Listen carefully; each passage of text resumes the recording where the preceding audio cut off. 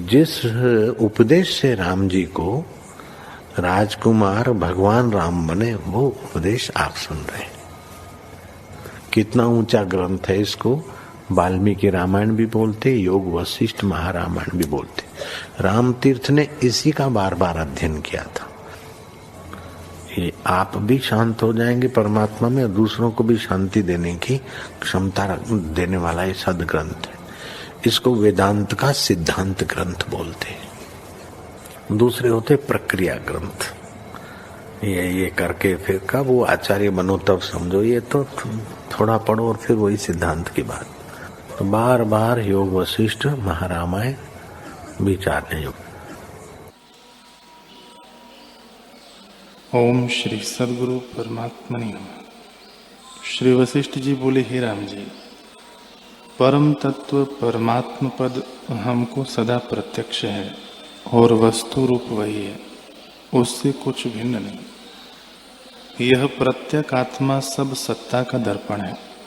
सब सत्ता इसी से प्रकट होती है। जैसे बीज से वृक्ष की सत्ता प्रकट होती है, वैसे ही आत्मा से जगत सत्ता प्रकट होती है। हे राम जी, मन, बुद्धि, चित्त, अहंकार जड़ात्मक हैं। परम पद इनसे रहित है। ब्रह्मा, विष्णु, इंद्र आदि सब उसी में स्थित हैं। जैसे चक्रवर्ती राजा निर्धन से ऊंचा है, वैसे ही उस सत्ता को पाकर जीव सब लोगों से ऊंचा हो जाता है।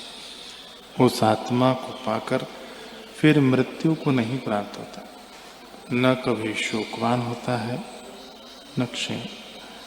एक क्षण मात्र भी जो अप्रमादी होकर आत्मा को ज्यों का त्यों जानता है, वह संसार कलना को त्याग कर मुक्त होता है।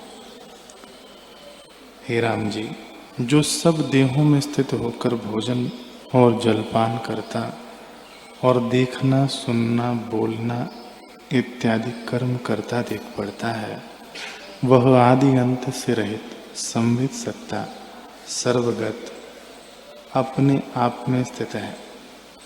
सब विश्व रूप वही है। आकाश में आकाश, शब्द में शब्द, स्पर्श में स्पर्श, नासिका में गंध इत्यादि वही है। इस प्रकार सब पदार्थों में वह अभिन्न रूप स्थित है। ओम श्री सद्गुरु परमात्मने नमः। कुंभज बोले, हे राजन, यह संसार जो तुम्हें भासित होता है सो आत्मा में नहीं है। केवल शुद्ध आत्मा में जो अहम उत्थान है वही संसार है।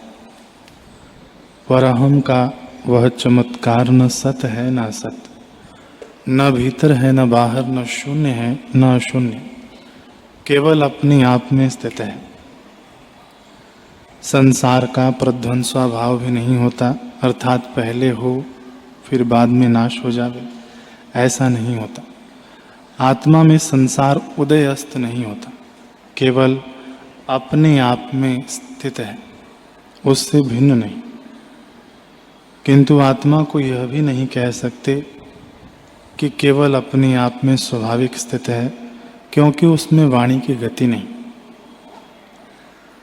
वाणी उसको कहती है जहाँ दूसरा होता है, पर जहाँ दूसरा न हो वह वाणी क्या कहे।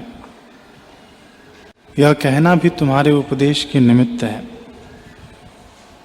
आत्मा में किसी शब्द की प्रवृत्ति नहीं। हे राजन, ऐसी आत्मा किसका कारण कार्य हो। आत्मा तो शुद्ध, निर्विकार और प्रमाणों से रहित है, जो किसी लक्षण से प्रमाण में नहीं आता। सो आकार होकर स्थित हुआ है और शांत रूप है। हे राजन, ऐसी आत्मा किसका कारण कार्य हो। कारण कार्य तब होता है जब प्रथम कारण परिणाम और क्षोभ को प्राप्त होता है, पर आत्मा तो शांत रूप है। ओम श्री सद्गुरु परमात्मने नमः। श्री वशिष्ठ जी बोले, हे राम जी, जैसे जल द्रव्यता से तरंग हो भासता है, परंतु तरंग कुछ भिन्न वस्तु नहीं, तैसे ही आत्मा से व्यतिरिक्त जगत नहीं। चेतन सत्ता ही चैतन्यता से फूरता है और जगत रूप हो भासित होता है। जो ज्ञानवान पुरुष है उसको तो एक आत्मा ही भासता है और अज्ञानी को नाना प्रकार का जगत भासता है। हे राम जी, जगत कुछ वस्तु नहीं है, केवल आत्म सत्ता ही अपने आप में स्थित है। अनुभव स्वभाव से प्रकाशता है और सूर्य आदि सबको प्रकाशने वाला है।